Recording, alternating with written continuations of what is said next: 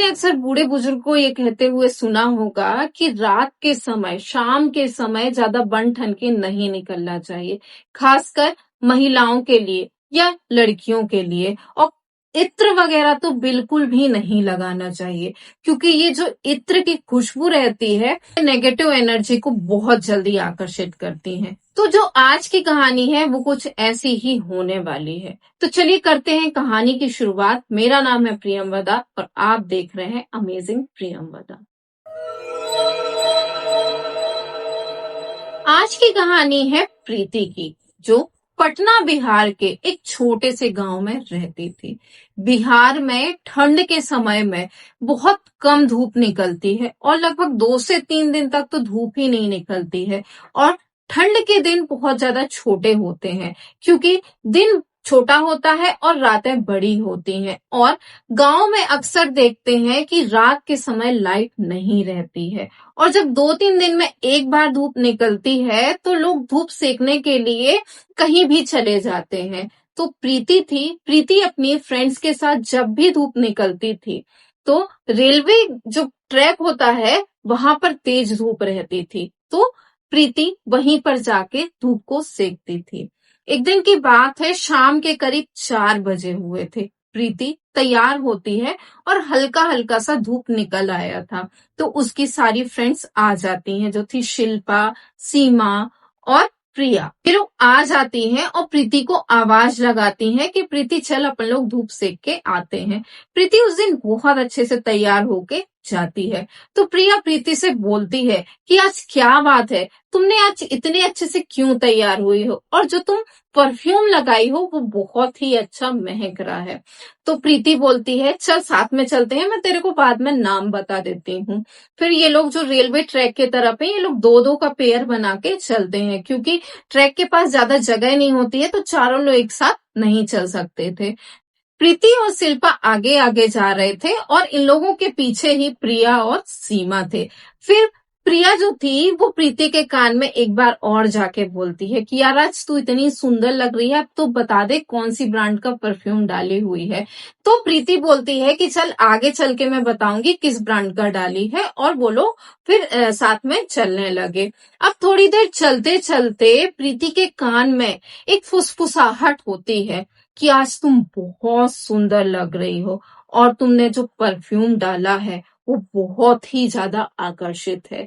प्रीति को लगा कि ये बात प्रिया ही बोल रही है, तो प्रीति ने पीछे मुड़ के देखा, पर उसने पीछे मुड़ के देखा तो प्रिया बहुत पीछे थी। मतलब 10 सेकंड में प्रिया उतने पीछे नहीं जा सकती थी। क्या प्रीति थोड़ा सा आगे गई, और जब ये लोग धूप सेक रहे थे तो उसने जाके प्रिया से बोला कि क्यों प्रिया, तुमको मैं बार बार बोल रही हूँ, मैं बता दूंगी, तुम मेरे पास कान में बार बार आके क्यों बोल रही हो। तो प्रिया बोलती है मैंने तो सिर्फ एक ही बार पूछा है और तुमने बोला बता दूंगी, तो फिर उसके बाद मैंने नहीं पूछा है। ये लोग वापस घर आते हैं और घर आकर प्रीति अपने रूम में चली जाती है। प्रीति अपने रूम में गई थी, तभी उसको ना कान में फुसफुसाहट हो रही थी कि आज तुमने किस ब्रांड का परफ्यूम लगाया है। ये उसको कंटिन्यू ऐसा हो रहा था, उसको लग रहा था कि कोई बोल रहा है। तो फिर प्रीति ने सोचा कि पता नहीं, मेरे को प्रिया की बात ही बार बार याद आ रही है कि प्रिया बोल रही थी, तो हो सकता मेरे को वही वही आवाज गूंज रही होगी। और प्रीति सो जाती है। लगभग रात के 12 बजे के समथिंग प्रीति को बहुत तेज बुखार आ जाता है और प्रीति चादर ओढ़ के सो जाती है। अगला दिन होता है तो फिर धूप निकलती है, तो उसके फ्रेंड्स आते हैं और उससे पूछते हैं कि चलेगी।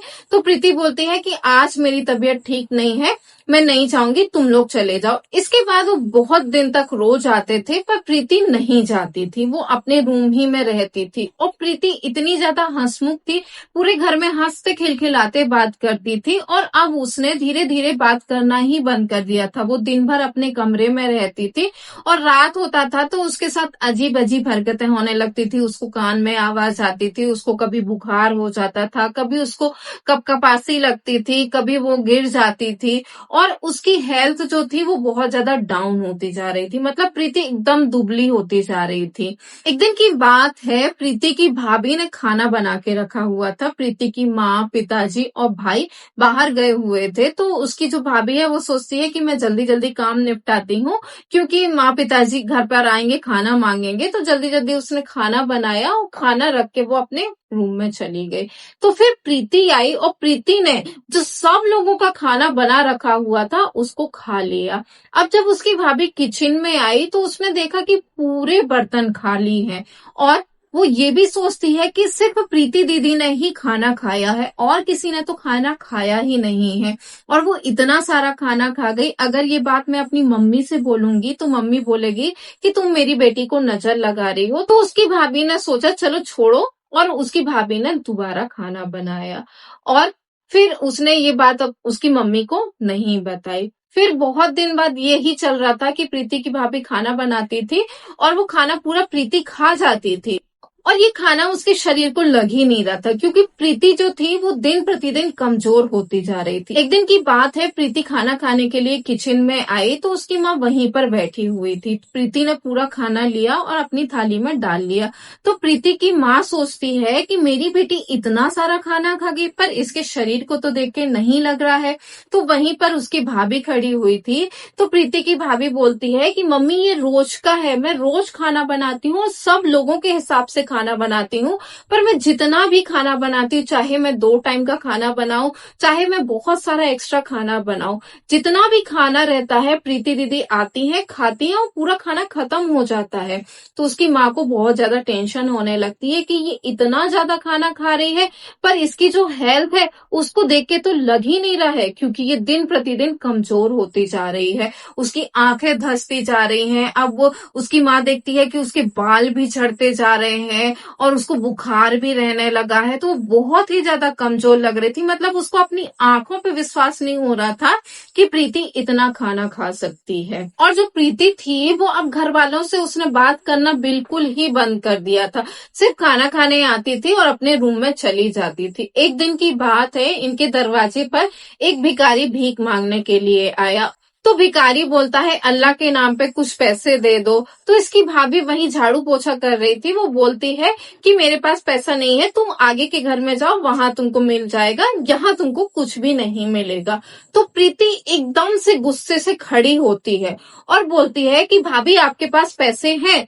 तो उसकी भाभी बोलती है नहीं मेरे पास पैसे नहीं है। तो प्रीति बोलती है कि आप दे रहे हो, नहीं तो मैं आपके पर्स से निकाल के दे देती हूँ। तो प्रीति की भाभी इस पे बहुत जोर से गुस्सा होकर बोलती है मेरे पास नहीं है। तभी प्रीति बोलती है कि आपके बैग में 50 रुपए पड़े हुए हैं, आप झूठ क्यों बोल रहे हो?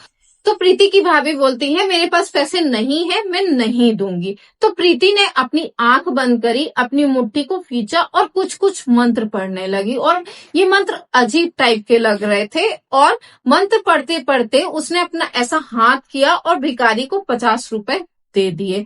तो ये चीज उसके माँ, पिताजी, भैया सब देख रहे थे, और वो ये देखते हैं कि प्रीति के हाथ में तो पहले कुछ भी नहीं था, ये पैसे कहाँ से आ गए। उसने उस भिखारी को दिया और वो भिखारी आगे चला गया। इसके बाद प्रीति बोलती है कि भाभी मैंने आपके बैग से 50 रुपए दे दिए हैं। ये बात सुन के उसकी माँ, पिताजी और भैया शॉक्ड हो जाते हैं।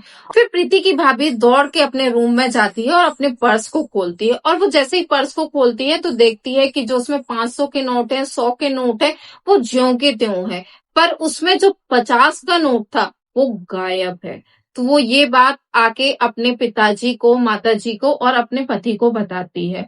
फिर धीरे धीरे ये सिलसिला चलता रह रहा था। जो प्रीति के घर में जो खेती के पैसे थे वो भी गायब हो गए। उसके घर में जितने भी पैसे रखे रहते थे वो गायब होते जा रहे थे। तो उसकी माँ को टेंशन हुआ, तो उसकी माँ ने एक पंडित को बुलाया और पंडित से आके पूछा। तो पंडित उनके घर पे आया, और घर पे आने के बाद वो आंगन में बैठा, और बैठने के बाद वो एक अपनी पंचांग को निकालता है और पंचांग में देख के बताता है कि तुम्हारी बेटी प्रीति ने ही सारे पैसे लिए हैं, और प्रीति के ऊपर कोई दूसरी शक्ति है जिसको मैं हैंडल नहीं कर सकता हूँ। इसके लिए आपको किसी तांत्रिक को बुलाना पड़ेगा क्योंकि इसके ऊपर जिन्न का साया है और मैं जिन्न को नहीं भगा सकता हूँ। इसके लिए आपको किसी प्रसिद्ध तांत्रिक को ही लेके आना पड़ेगा क्योंकि एक तांत्रिक ही जिन्न को हटा सकता है और कोई नॉर्मल इंसान नहीं हटा सकता है। इसके बाद वो पंडित बोलता है कि मैं इसको नहीं भगा सकता हूँ, किसी अच्छे तांत्रिक को बुलाओ जो जिन्न को अपने कंट्रोल में कर सकता है। और उसने एक तांत्रिक के बारे में भी बताया कि इस तांत्रिक को बुला लेना, और वो पंडित घर चला गया। और उस दिन प्रीति के शरीर से वो जिन्न बहुत जोर जोर से चिल्ला के बोलता है कि मैं इस लड़की को नहीं छोड़ूंगा, तुम लोग कितनी भी कोशिश कर लो, मैं इस लड़की को नहीं छोड़ने वाला। वो बहुत जोर जोर से चिल्ला के यही बोल रहा था कि मैं इस लड़की को नहीं छोड़ूंगा, मैं इस लड़की को नहीं छोड़ूंगा, तुम लोग चाहे कुछ भी कर लो, मैं नहीं छोड़ने वाला हूँ। ये बात सुन के प्रीति के घर वाले बहुत ज्यादा घबरा जाते हैं कि ये मेरी बेटी के साथ क्या हो गया। और उसके पापा और उसका भाई उस तांत्रिक के पास तुरंत ही जाते हैं और जाके तांत्रिक को सब कुछ बताते हैं। दूसरे दिन वो तांत्रिक घर में आता है और वो जैसे ही घर के अंदर घुसता है तो प्रीति एकदम से दौड़ लगा के आती है और उस तांत्रिक से बोलती है तू चले जा यहाँ से। तो वो प्रीति के अंदर से जिन्न बोलता है कि अगर तूने मेरे साथ कुछ भी करने की कोशिश करी तो ये दिन आज का तेरे लिए आखिरी दिन होगा। और वो लगातार धमकी दे रहा था कि तू यहाँ से चले जा। पर जो तांत्रिक था उसने अपने तुरंत ही रिचुअल्स स्टार्ट कर दिए और उसने प्रीति के लिए एक घेरा बनाया और उसको वहां पर बिठाया। और बिठाने के बाद उस जिन्न के ऊपर कंट्रोल करना स्टार्ट कर दिया। पर वो लगातार जिन्न बोल रहा था कि मैं इस लड़की को नहीं छोड़ूंगा क्योंकि ये लड़की मुझे पसंद आ गई है और मैं इसको बिल्कुल भी नहीं छोड़ने वाला हूँ। वो लगातार बोल रहा था और यहाँ तांत्रिक लगातार रिचुअल्स कर रहा था। और वो जिन्न बोलता है कि मैं इस लड़की को नहीं छोड़ूंगा क्योंकि मैं इस लड़की को अपनी पत्नी मान चुका हूँ और मैं इसके साथ पति के जैसे रहूंगा। तुम लोग कितनी भी कोशिश कर लो, मैं बिल्कुल नहीं छोड़ूंगा। और तांत्रिक बहुत सारे रिचुअल्स कर रहा था और उस जिन्न को अपने कंट्रोल में नहीं कर पा रहा था। फिर तांत्रिक प्रीति के पिताजी से बोलता है कि मैं इस जिन्न को कंट्रोल नहीं कर पा रहा हूँ क्योंकि ये बहुत ज्यादा शक्तिशाली है और इसको कंट्रोल करने के लिए मेरे को किसी की बलि देनी पड़ेगी। तो तुम तुरंत जाओ और एक मुर्गा लेके आओ, मैं उसकी बलि दूंगा और उससे शायद ये जिन्न कंट्रोल में आ जाएगा। तो प्रीति के पापा तुरंत ही भागते हैं और बहुत ही जल्दी एक मुर्गा को लेके आ जाते हैं। फिर तांत्रिक उसे रखता है और कुछ मंत्र पढ़ने के बाद उस मुर्गे की बलि दे देता है। और जैसे ही वो उस मुर्गे की बलि देता है वो जिन्न उसके कंट्रोल में आ जाता है। फिर तांत्रिक बोलता है कि तू इस लड़की के शरीर में कैसे आया, बता तू क्यों कर रहा है और तू ये पैसे कहाँ भेज रहा है। फिर वो जिन्न बोलता है कि ये लड़की बन ठन कर और इत्र लगाकर सुनसान रेलवे ट्रैक पे आई थी और मैं वहीं पर था और मैं इस इत्र की खुशबू से इसके ऊपर मोहित हो गया और मैंने आज तक इतनी सुंदर लड़की देखी नहीं थी, इसीलिए मैं इसके पीछे पड़ गया हूँ और मैं इसे आसानी से नहीं छोड़ूंगा, मैं इसका पति ही बन के रहूंगा। तांत्रिक बोलता है तेरे को तो इस लड़की को छोड़ना ही पड़ेगा। फिर तांत्रिक उस लड़की के पिताजी से बोलता है कि जितनी जल्दी हो सके इस मुर्गे को सुनसान जगह पर, मतलब वहीं रेलवे ट्रैक के पास गाड़ के आ। तो उसके भाई और उसके पिताजी तुरंत ही भागते हैं और उस मुर्गे को जैसे ही जमीन में दफनाते हैं तो वो जिन्न उस लड़की के शरीर को पूरी तरीके से छोड़ देता है और वो लड़की वहीं फर्श पर बेहोश हो जाती है। और जब वो उसे होश आता है तो वो अपने आप को बहुत ज्यादा कमजोर महसूस कर रही थी और उसका सर दर्द से फटा जा रहा था। फिर धीरे धीरे दिन बीतते गए और प्रीति की हालत में सुधार आता गया और उस दिन के बाद वो उस रेलवे ट्रैक पर कभी भी नहीं गई।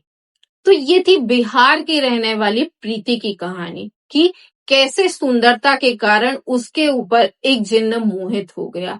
इसीलिए शायद जो हमारे बड़े बुजुर्ग बोलते हैं कि शाम के समय इत्र लगा के किसी भी सुनसान जगह पर नहीं जाना चाहिए। तो अगर आपको ये कहानी अच्छी लगी है तो चैनल को लाइक कीजिए, सब्सक्राइब कीजिए और यदि कोई आपका हॉरर एक्सपीरियंस है तो मुझे कमेंट कीजिए, मैं उसको नरेट करूंगी। तब तक अपना ख्याल रखिए। Thank you.